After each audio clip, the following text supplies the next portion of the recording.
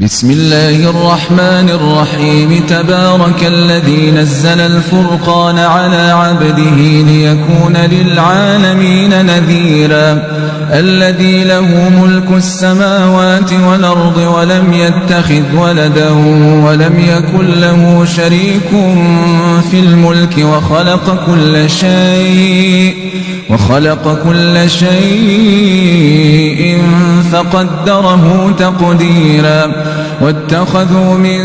دونه